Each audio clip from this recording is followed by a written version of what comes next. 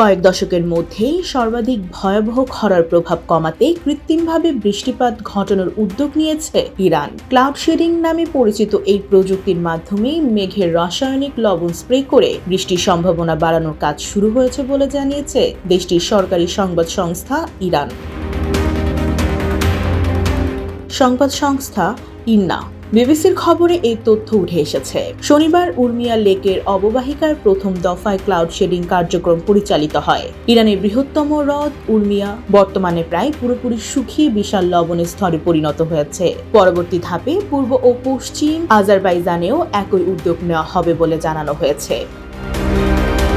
ইরানের সাম্প্রতিক বছরগুলোতে রেকর্ড পরিমাণে বৃষ্টি কমে যাওয়ায় জলধারাগুলো প্রায় খালি হয়ে পড়েছে। দীর্ঘমেয়াদী গড়ে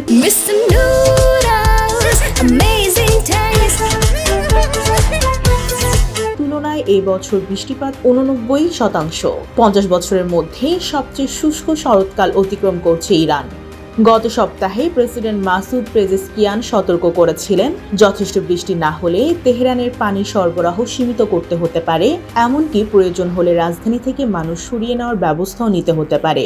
পরিস্থিতি এতটাই সংকটজনক যে তেহরান সহ কয়েকটি প্রদেশের বড় বাঁধের পানি 1% নেমে এসেছে বলে জানিয়েছেন national centre of climate and draft crisis ম্যানেজমেন্টের প্রধান আহমদ বাজিফে। ক্লাউড শেডিং পদ্ধতিতে বিমান বা ভূমিভিত্তিক জেনারেটরের মাধ্যমে সিলভার বা পটাশিয়াম আয়োডাইডের মতো লবণ মেঘে ছড়িয়ে দেওয়া হয়, যাতে জলীয় বাষ্প ঘনীভূত হয়ে বৃষ্টির সৃষ্টি সহজ হয়। সংযুক্ত আরব আমিরাত সহ কয়েকটি দেশে এই প্রযুক্তি আগে থেকেই ব্যবহার করছে। খরার প্রভাব মোকাবেলায় অতিরিক্ত পানি ব্যবহারকারী পরিবার ও ব্যবসা প্রতিষ্ঠানের ওপর জরিমানার পরিকল্পনাও করছে ইরান সরকার। শুক্রবার রাজধানী তেহরানে একটি মসজিদে শত শত মানুষ বৃষ্টির জন্য বিশেষ দোয়া করেছেন। এদিকে শনিবার দেশে পশ্চিম ও উত্তর পশ্চিমাঞ্চলে কিছু বৃষ্টি হয়েছে বলে জানিয়েছে আবহাওয়াবিদরা। তেহরানের উত্তরে একটি রিসোর্টে এবছর প্রথম তুষারপাতের ভিডিও প্রকাশিত হয়েছে, যা কিছুটা হলেও আশা সঞ্চয় করছে।